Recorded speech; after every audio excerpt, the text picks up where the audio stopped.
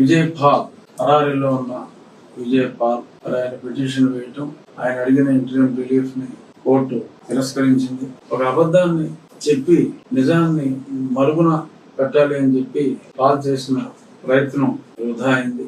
ఇంత క్లియర్ గా నన్ను అతి దారుణంగా కొట్టి, ఆ కొట్టిన వెంటనే మ్యాజిస్ట్రేట్ ఆ గాయాలని చూసి ఆవిడే కంగారు పడి 2 హాస్పిటల్స్ లో రిపోర్ట్ తెమ్మని, ఈ పిచ్చి వెధవలు చెప్పినట్టు కోర్టులో చెప్పినట్టు నా కాళ్ళు చక్కగా ఏ ఇబ్బంది లేకుండా ఉంటాయి. రక్తపు చారికలు, గడ్డ కట్టిన రక్తపు చారికలు గీతలుగా ఉంటాయి.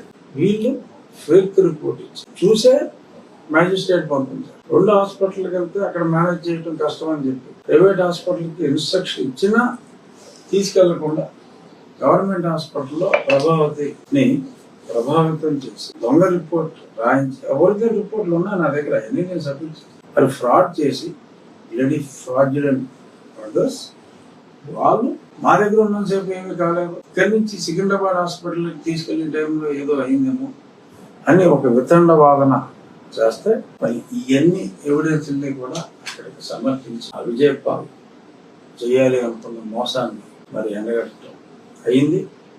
తప్పకుండా విజయ్ పాల్ని అరెస్ట్ చేయాలి. అలాగే ఆ పైన ఈ సూత్రధారులు కూడా ఆ పివి సునీల్ కుమార్ని, పి సీతారామాంజనేయులు అధికారులు ఇద్దరిని కూడా సస్పెండ్ చేయవలసిన అవసరం, త్వరితగతిన సస్పెండ్ చేయవలసిన అవసరం ఉంది.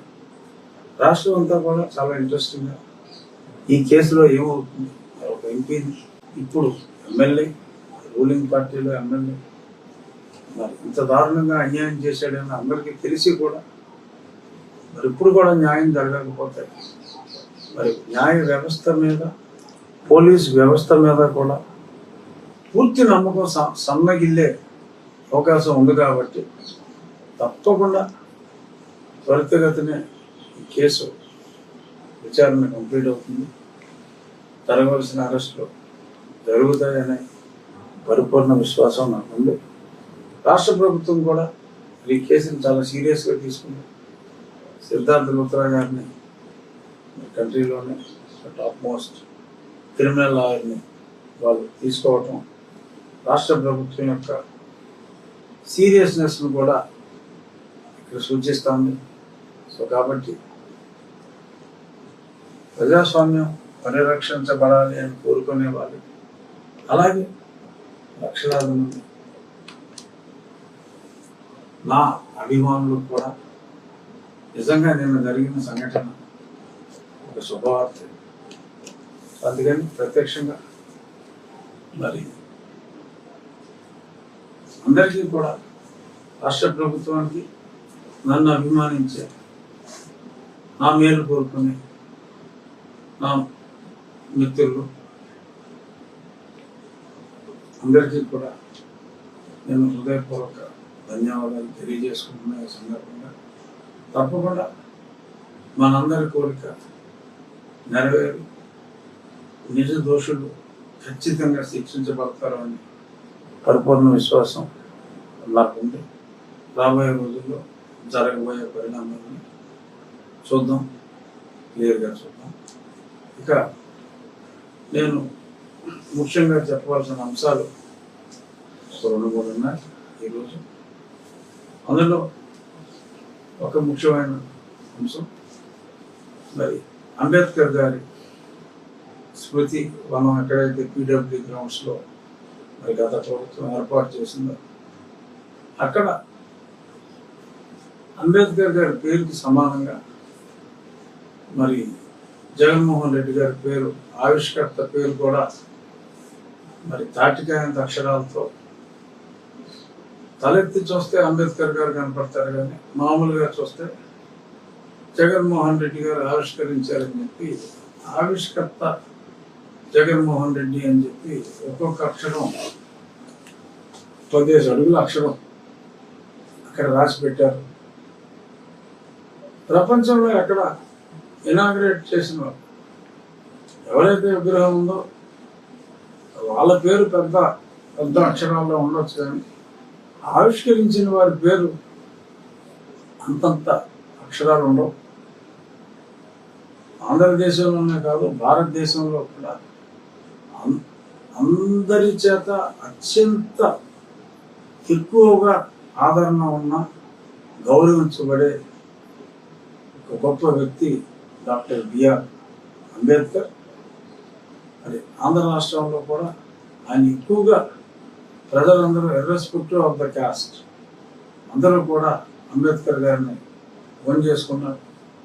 ఆయన బుద్ధిస్ట్ అయినప్పటికీ కూడా అన్ని మతాల వారు, హిందూ మతం వారు, క్రిస్టియన్ మతం వారు అందరూ కూడా they accepted Ambedkar as a tall national leader. So అటువంటి అంబేద్కర్ గారి విగ్రహం దగ్గర అంబేద్కర్ గారి పేరు కన్నా జగన్మోహన్ రెడ్డి గారి పేరు తాటి చెట్టు అంత, అంటే తాటికాయ అంత అంటాం రొటీన్, తాటి చెట్టు అంత అక్షరాలు మరి ఈయన రాసుకున్నాడు కాబట్టి మరి అంబేద్కర్ గారి ప్రేమికులకి డెఫినెట్గా హర్ట్ అవుతారు. వాళ్ళు తెలుగుదేశం వల్ల, వైఎస్ఆర్ కాంగ్రెస్ వల్ల, ఏ పార్టీ వాళ్ళైనా కావచ్చు, బట్ అంతంత ఆవిష్కర్త పేరు చూసి మరి సడన్గా పేరు చూస్తే జగన్మోహన్ రెడ్డి గారి పేరు అంతలాగా రాసుకున్నందుకు జగన్మోహన్ రెడ్డి గారి పేరు మీద కొందరు వ్యక్తులు దాడి చేసినట్టుగా మనం చూసాం.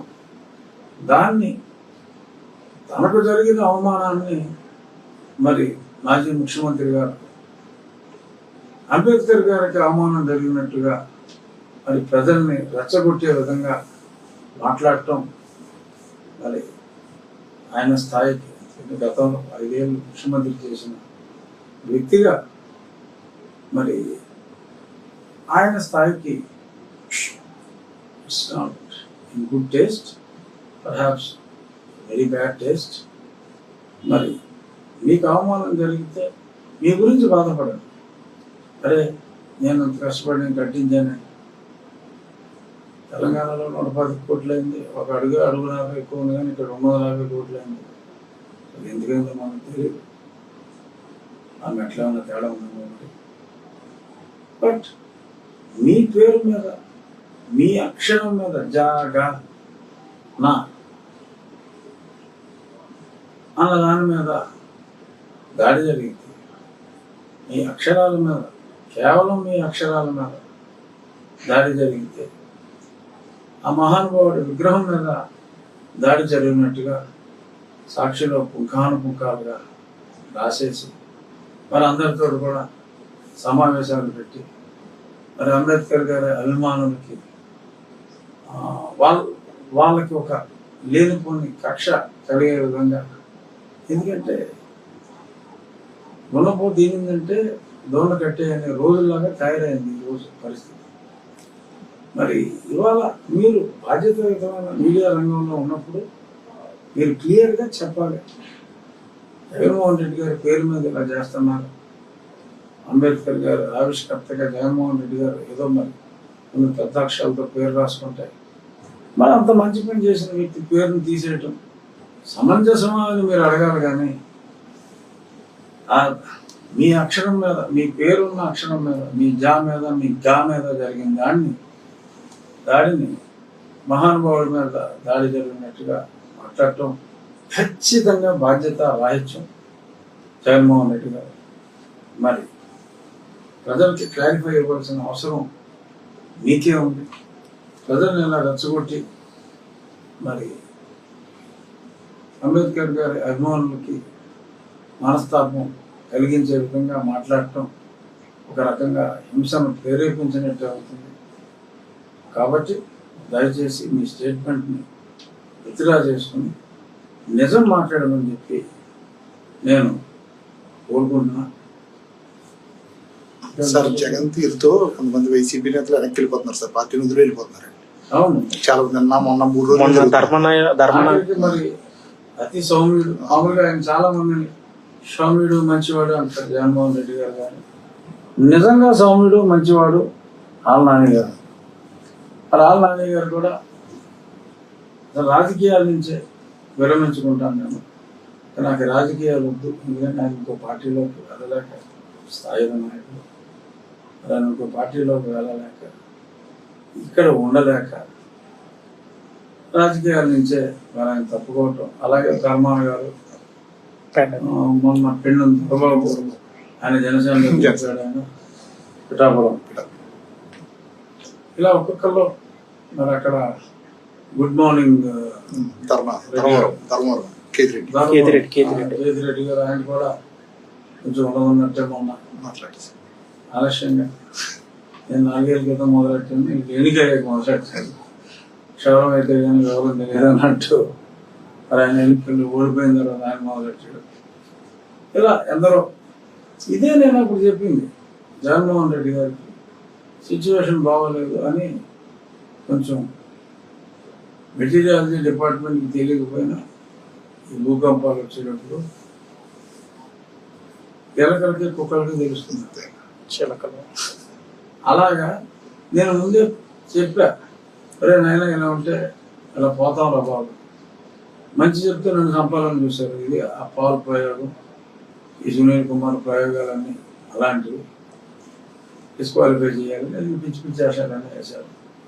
ఏదేమైనా ఇవాళ మరి నా మాట పెడజామని పెట్టారు, దానికి ఫలితం అనుభవిస్తున్నారు. మొత్తం ఖాళీ అయిపోయే ప్రమాదంలో ఇవాళ పార్టీ అసలు పార్టీ ఆఫీసే మనకి వెళ్ళేది, పక్కింట్లో పెట్టుకుని అండ్ తర్వాత చాలా బిల్డింగ్లు ఎక్కడ ఉన్నాయి అక్కడ ఆగిపోయింది. సో ఒక స్తబ్దత మరి పార్టీ కార్యక్రమాల్లో, నాయకుల్లో ఒక నిస్సత్వం వచ్చింది. సరే మనం ఏం చేస్తాం, చేసుకున్నప్పుడు తీసుకుని ఉంటారు, ఎవరు తీసుకుని ఊళ్ళో వాళ్ళే పడతారు, అది జరిగింది. బట్ మొత్తం ఖాళీ అయిపోయేలా ఉంది. మరి ఇప్పుడు రేపు అసెంబ్లీకి కూడా రాను, నాకు హోదా కావాల్సిందని మారం చేస్తారు. ఇంకా అసెంబ్లీకి వెళ్ళినప్పుడు ఆ మిగిలిన వాళ్ళు కూడా ఉంటారో ఉండరో కూడా అనుమానాలు ప్రజలకు రావటం సహజం. చూద్దాం. మరి సరే, ఆ పార్టీ ఇప్పుడు మనం లేం కాబట్టి సూచనలు ఇవ్వాల్సిన అవసరం కూడా లేదు. ఒక శాసనసభ్యుడిగా గతంలో నేను ఆయన కలిసినప్పుడు అసెంబ్లీలో ఏం చెప్తున్నాం, రావాలి, ప్రతిపక్ష నాయకుడు ఉండాలి అని. నిన్న అయ్యన్న పాత్రుడు గారు కూడా అవకాశం ఎందుకు ఇస్తాం అని కూడా ఆయన కూడా ఎక్కడో మాట్లాడటం జరిగింది. సరే, సమావేశాలు ఎప్పుడు ఉంటాయో, ఎప్పుడన్నా ఆయన వస్తాడేమో చూద్దాం. ఇక మనం ఉండే విషయానికి వస్తే, అనుకున్న పనులు ఈ మధ్యలో కాస్త తుఫాను వాతావరణం, ఈ వరదలు, ప్రతిరోజు 2-3 గంటల వర్షాలు, దీనివలన కొంత ఆలస్యమైంది. అయినప్పటికీ కూడా మనం అన్ని పనులు యాక్టివ్గా చేసేస్తున్నాం. ఈ వారం రివ్యూ అన్నమాట మీరు చెప్పి, ఈ వారం రివ్యూ అన్ని పనులు మనం చేసేస్తున్నాం. మంచినీటి విషయానికి వస్తే, ఆ పరిమళ దగ్గర నుంచి 12 కిలోమీటర్ల వరకు లైన్ టెస్టింగ్ ఓకే అయింది అన్న పని అన్నమాట. 12 కిలోమీటర్ల లైన్ టెస్టింగ్ ఓకే అయింది. ఒక దగ్గర మరి గతంలో బుల్డోజర్ వర్క్ చేస్తూ ఉంటే 2-3 పైపులు తీసివేయడం జరిగింది, అంటే బై మిస్టేక్. అది మళ్ళీ రిస్టోర్ చేసి ఇంకొక 12 కిలోమీటర్ల లైన్ టెస్టింగ్ కంప్లీట్ అయితే, మేము ఆగస్టు 15 అనుకున్నాం, అది మేబీ ఆగస్టు నెలాఖరు దాకా పట్టే అవకాశం ఉంది. అది అయిపోతే 55 హ్యాబిటేషన్స్కి మేము వాటర్ అందిస్తాం. ఆల్రెడీ పక్క నియోజకవర్గంలో ప్రారంభించింది మనమైన, పక్క నియోజకవర్గంలో అంటే మన జిల్లాలోనే ఉన్న గణపవరానికి ఒక 3 గ్రామాలకి ఎల్లుండి నుంచి మంచినీరు సరఫరా మొదలు పెట్టేస్తున్నాం. స్కీమ్ అయితే నేనన్న ఆగస్టు 15కి స్టార్ట్ అవుతుంది. బెనిఫిషియరీ గణపురం మండలంలో, గణపురం గ్రామానికి, ఇంకో 2 కొత్త గ్రామాలకి తాగునీరు అందించేస్తాం. ఆగస్టు 15 అంతవరకు అయిపోతుంది. నెక్స్ట్ మేజర్ బెనిఫిషియరీ అంతా మనం ఉండే వెంకయ్య వేయారు కదా. ఆక్యుపేట్. సో మన ఆకివీడి దాకా అంటే ముందు జనకాపురం దాకా అవుతుంది, తర్వాత ఇంకొక 20-25 రోజులు ఆకివీడి దాకా వస్తుంది. డిసెంబర్ నెలకి ఏలూరు పాడు వరకు కూడా వెళ్ళి ఇంచుమించు 50 హ్యాబిటేషన్లకి అయితే కంప్లీట్ అయిపోతుంది. ముందు 30 నుంచి 35 హ్యాబిటేషన్లు ఈ నెలాఖరికి అవుతుంది. ఈ డ్రైన్లు అయితే మోరార్లెస్ కాలాలు డ్రైన్లో ఉన్న గుర్రపు డెక్క ఇదంతా మోరార్లెస్ కంప్లీట్ అయిపోయింది. ఇప్పుడు దానివల్ల మొన్న వరదల్లో కూడా ఇప్పుడు మునిగిపోయే ప్రాంతాలు కూడా ములగల 15-20 గ్రామాల్లో ముంపు వచ్చేది. గండి పడినందువల్ల 2 గ్రామాల్లో చిన్న ఇబ్బంది వచ్చింది. నెక్స్ట్ అది కూడా ఉండదు. ఇప్పుడు ఇంకొక సమస్య ఏమిటంటే గుర్రపు డెక్క ఇదంతా తీయడం జరిగింది, కానీ డ్రైన్లు పూడుకుపోయింది. ఎప్పుడో 78-79లో చెన్నారెడ్డి గారు చేసింది తప్ప ఆ తర్వాత డ్రైన్లోని పూడికిని తీరా. ఇప్పుడు డ్రైన్లో పూడిక కార్యక్రమం మొదలుపెట్టాం. రేపు మన జిల్లా కలెక్టర్ గారిని ఆహ్వానించాం. ఆవిడ చేతుల మీదుగా కొబ్బరికాయ కొట్టించి ఆ పని డ్రైన్ క్లీనింగ్ పని స్టార్ట్ అవుతుంది. ఆల్మోస్ట్ 2 అడుగుల వరకు కూడా మట్టి పేరుకుపోయింది. Canal only 30% కెపాసిటీగా పనిచేస్తానే. అది పూర్తిగా కెనాల్ కెపాసిటీ అంతా పనిచేసేలాగా ఆ తవ్వకం పనులు మొదలు పెడతాను. ముందు జోలపాలెం కలవపొడి ఆ మధ్యలో ఉన్న ఆ మెయిన్ ఆ డ్రైన్ని deepening to the original level మొదలవుతుంది. కానీ ఇంకొక 10-15 ఏళ్ళు మనం చూసుకోకర్లా దాన్ని. అలాగే 1 by 1 ఇంపార్టెంట్ డ్రైన్స్ అన్నీ కూడా ఇదే బేసిస్లో మా ఫండ్ ద్వారా ప్రజల సహకారం ద్వారా గవర్నమెంట్ ఇది ఇంకా టేకప్ చేయలే. గవర్నమెంట్ మనం టేకప్ చేశాక ఇకిసా దీనికి ఇంకా కొన్ని మిగిలిన వాటికి మన నియోజకవర్గం కాకుండా మిగిలిన చోట్ల చేశారు. బట్ ఈ డ్రైనేజ్ తవ్వకం అనేది ఇంకా ప్రభుత్వం మొదలు పెట్టాల. బట్ మనంతటి మనమే మన నియోజకవర్గంలో ఉన్న డ్రైన్లన్నీ రేపు కలెక్టర్ గారి చేతుల మీదుగా మొదలుపెట్టి 2.5 to 3 months మొత్తం అన్ని డ్రైన్లు కంప్లీట్ అవ్వాలి. ఆ లోకల్ రైతుల సహకారంతో మా ఫండ్ సహకారంతో అవన్నీ కూడా కంప్లీట్ చేసేయడం అవుతుంది. మనం ఇచ్చిన వాగ్దానం ఏంటంటే డ్రైన్లో ఉన్న ఈ గుర్రపు డెక్క ఇవన్నీ తీసి క్లీన్గా చేస్తామని. అది అయిన తర్వాత ప్రజలందరూ ఎప్పుడో చేశారండి, మేము లేదంటే చెరువు పట్టినప్పుడు చేపలు కానీ రొయ్యలు కానీ ఆ నీళ్ళంతా ఆ ఇంప్యూర్డ్ వాటర్ అంతా పంట కాలంలో కలిపితే ఫ్లో ఉంటుంది, ఈ డ్రైనేజ్లో కలిపితే ఫ్లో లేదు, ఎందుకంటే ఆ కెపాసిటీ పనిచేయట్లేదు అన్న మీదట ఎక్స్ట్రాగా నా ఎన్నికల్లో నేను మాట ఇవ్వనప్పటికీ ఎక్స్ట్రాగా నేను ఇప్పుడు డ్రైనేజీల్లో పూడిక అనే కార్యక్రమం ప్రారంభిస్తున్నాం. మళ్ళీ కనీసం ఒక 5 ఏళ్ల పాటు చూసుకోకపోయినా ఇబ్బంది ఉండకూడదు. ఆ డ్రైనేజ్ డీపెనింగ్ ఇంకో 10 ఏళ్ళ వరకు కూడా ఎట్టి పరిస్థితుల్లోనూ మళ్ళీ తిరిగి చేయవలసిన అవసరం రాకుండా 79లో ఏ స్థాయిలో కెనాల్ అండ్ డ్రైన్స్ డెవలప్మెంట్ అయిన తర్వాత ఉందో ఆ రకంగా నా నియోజకవర్గ పరిధిలో ఆ స్థాయిలో నేను కంప్లీట్ చేస్తాను. అలాగే ఎక్కడైనా పార్కులు ఉంటే ముందు ఓన్లీ పార్క్ టేకప్ చేస్తాం. తర్వాత ఆకివీడి దగ్గర కొల్లేరు దగ్గర ఒక కాటన్ పార్క్ ఉంది. దాన్ని నెక్స్ట్ ఫేజ్లో ఇది ఆగస్టు 15వ తారీఖు దీని ఇనాగ్రేషన్ జరుగుతుంది. ఉండి పార్క్ అబ్బాయి రాజు గారి పేరు మీద ఉన్న గనుక ఉండి పార్క్.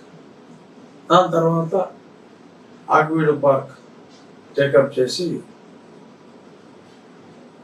మేబీ జనవరి 1కి దాన్ని మొత్తం కంప్లీట్ చేసి అక్కడ ఒక ఆహ్లాదకరమైన వాతావరణం ఉండేలాగా దాన్ని కూడా తీర్చిదిద్దడం జరుగుతుంది. మనకి ఎందుకంటే ఆకివీడు మనకున్న municipality, Undi major panchayat, constituency head quarter suppose to be Undi కాబట్టి ఫస్ట్ ఉండి చేసాం.